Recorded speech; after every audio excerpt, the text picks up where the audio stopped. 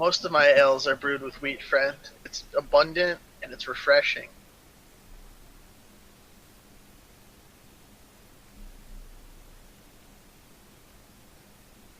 Is that a hint of coriander? I don't think so, but if that's what makes you happy. Hey, let's go, huh? Yep. All right. I accidentally drank my gum. I was doing that.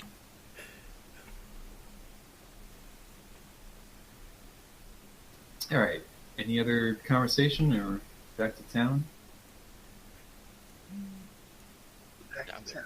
You get a whole night together. Oh, Snuggle yeah. up. All right. So, returning to town, you noticed Elgrim's home on the way out. It, as he said, stands out with the massive door in front. I'll assume someone knocks on the door. I'll take. Who I'll does take knock? that. Who's taking point here? I'll knock on the door. I seem to be a man of action in this group. You have the trophy anyways. That's true. Good point. All right. Oh, hold on. Let me set this up. I think my guy's a little wistful, and he'll kind of walk into whatever without thinking sometimes. All right. As the door swings open, you're greeted by a positively massive woman, though not particularly tall. With an enormous grin, she wraps her arms around you, and your initial repulsion turns to a strange comfort as you're swallowed in her soft, building features. Elgie, she squeals. They made it. Hello to you, too. Through the door, you see Elgrim smile at his wife, and he looks at you. Not empty-handed, I hope. Oh, of course not. I got just what you're looking for right here, friend. Hand him an ale. And the fang? Oh yeah, I think I did get one of those too. Yep, here it is. Oh, this is fantastic. Well, come on in. Porcine saved you some stew. All right.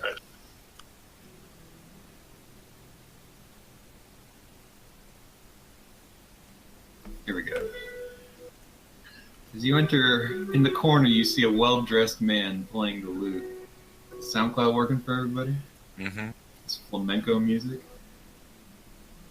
Amazing.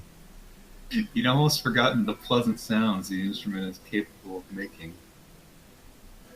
I guess enough of that. Aw, I like that. that's sweet. Let's turn it down. No, it's fine. It's fine. You control your own volume. Is this Shakira? So I'll assume you're all entering here. This, Elgrim speaks up again. This is Jingles. He came by after you all left. He's apparently a man of many talents. The king sent him to help however he could, and I guess I'm hoping you can all work together on this. The king sent his jester. Well, we're going a little off. He's just a well-dressed man in the corner playing a nice little song on the instrument. Does he have face paint? He's not a jester, visibly yet. Pleasure to meet you. My name is Roy. However, he introduced me as Jingles. You can call me whatever you want. Hey, I'm Bornir. Court? You smell like booze. You want a drink, friend? In due time. First one's free. Rest of them will cost you. I'll take a rain check. That's a good name for a brew. Gotta write that down. They'll name a somewhere. beer anything these days. Hey, think of this. It's a marketing ploy, right? Someone says they'll take a rain check. I hand them a rain check. All of a sudden, they owe me 25 silver. Genius. There's a man in the king's court you should meet. His name is Cody. Oh, His brews are legendary in the north, but I don't know if they make their way down here. I must meet this Cody. They all take the same. Are you talking about Cody the Boar Robinson? The very same. Have you heard of him? Oh, heard of him? He's legendary. Are you from the north, Harambe? My past is dark and confusing, but Edgy. I have heard of Cody. What's the giant's name again? Elgrim. Surely you didn't invite us here to waste our time, Elgrim. Waste our time. He Sure, should. yeah. We guys are the fetched ones- you this thing. You guys are the ones chatting it up over here. I have nothing to do with it. Alright. Yeah, we do have a lot to discuss. Come sit down, everyone. All right. I put away my loot. The beautiful sounds filling the room stop immediately. I was working on it. Is that a steel loot? That was not a steal loot. I just put steel in for fun. Oh, yes, my instrument, yes. The finest steel. I trained for many years to learn this.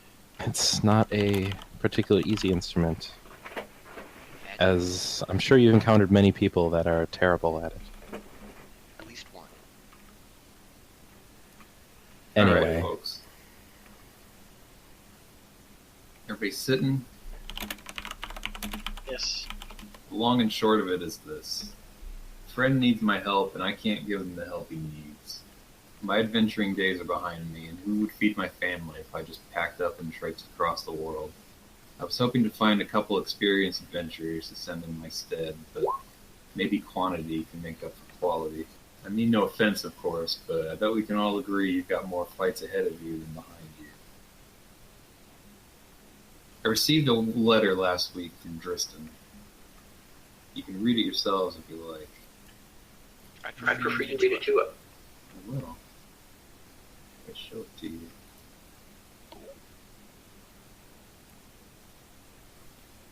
Nice. Elgrim, I know you still live the quiet life, but I hope there's at least one more adventure left in you.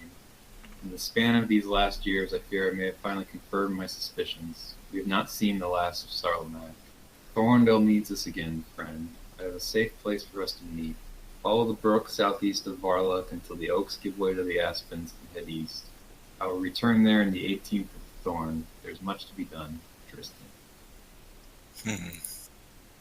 You've been delivered the D. Always a bit of flair for drama, that one. I think our last adventure left him a bit unsatisfied. Before we get into all this, I think you all need to know what really happened that day 20 years ago. The bards have their songs and people have their heroes, but it wasn't quite like all that. So, out of character brief summary, the history thing from before, Necromancer marched north, killed the king, 3 heroes, killed the Necromancer. The story is told. And now we will relay Elgrim's version. Alright. With survivors scarce, the undead scourge spread north almost as quickly as word of it did. Hardly anyone knew what the hell was going on when the King's army marched south to drive back the monsters. Tristan Romero and I were passing through on some odd job, and when we heard the rumors in the taverns, we prepared to set out south. The undead showed up at the walls that evening, however, and the city was sparsely manned. The city guard was scrambling for a siege when the gate itself came alive and joined the assault, and mindless undead poured through. I certainly didn't feel like a great warrior that day, picking off stragglers, reanimated farmers and women. But when we got to the king's courtyard, we saw something else entirely. A real horde, proper whites all of them, terrifying to even behold. Bromera, that damn girl, she was the best of us. Something overtook her when she saw so much evil, so much of what she swore to protect the world from. Her scream. You know, the whole city, myself included, was united in one feeling, fear. But her, all I saw was anger. I don't know what prayer she said, what power she invoked, I just know the price she paid for it. That blinding light. When I opened my eyes, the whites were dust and she was gone. Dristan and I weren't about to waste that sacrifice. We ran through the throne room doors, and I fully expected to meet my death. But instead we were just greeted by a stillness. The king was dead, the necromancer stood there, just staring at that crown in his hand. His wife stood motionless, paying us no mind. The young Prince Belson lay behind his father's corpse, frozen in fear. The stillness broke when Tristan threw a knife into the necromancer's back. The wizard didn't even flinch. He slowly turned to look at Dristan, then back at the crown, and spoke Sarlamac. The only word he said before Dristan slit his throat. The undead fell to dust and bones. The guards found me standing over them. Dristan sawing the necromancer's head off. The poor prince just repeating Sarlamac. Storytellers filled in the blanks, I suppose.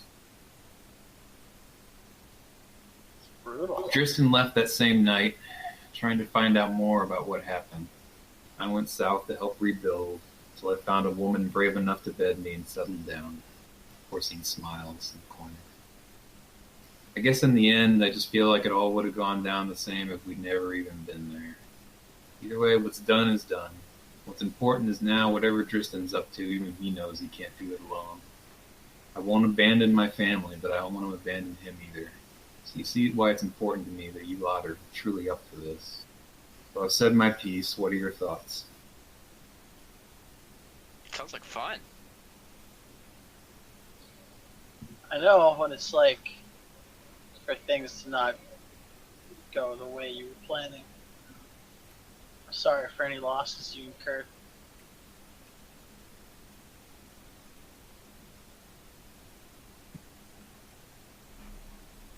Any other contributions? I got nothing to say right now. Alright. I know you're an odd lot, and I know you're not the best of friends, but let me tell you this. You will need to work together. Whatever Dristan's doing, I know it won't be easy. You're going to have to learn to trust each other out there. And Jingles or Roy, it was a really good job you did in the King's Seal, but you'll understand that I'm well aware you're not from the King. But if you're willing to go to all that trouble just to take on this job, then happy to have you. In fact, Dristan will probably like you the best of them. Whatever you say, man.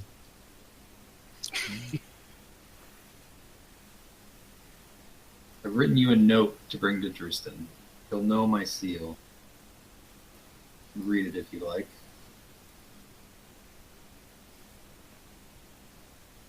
Dristan, I'm sorry, old friend, but my adventuring days are truly behind me. I don't know what dangers you plan to face, but I never wish you to face them alone. I've sent you 5 capable warriors. I know you're slow to trust, but I urge you to take whatever aid they can offer. Your friend, Elgrim. Thank you, Elgrim. Hey, Elgrim. Yeah? That guy, I can't remember his name. I feel like he was exactly like your name, but not. He followed. Yeah. He wanted us to give you a message. He said to reconsider his offer from the king. That's all he said. I don't know if you've heard of this Feast of Remembrance they're having. They're apparently going to honor me and Dristan or something in the capital. I guess the king sent Olgan down here to escort me back. I've got no use for any of that. I'll be staying here. At this feast, do they serve beverages as well? I imagine they do. Well, what if we were to go accept the honor in your stead? Well, I don't know what Dristan's plans are, but I have a feeling he doesn't plan on going either if he's trying to arrange a safe place for us to meet. You can certainly talk to him about it. Alright. Where would be the best place for us to stay for the night? Oh, you'll of course have a place here. My wife would kill me if I didn't offer it. I think It's I'd a like to little see cramped, that. I suppose, but we've room enough.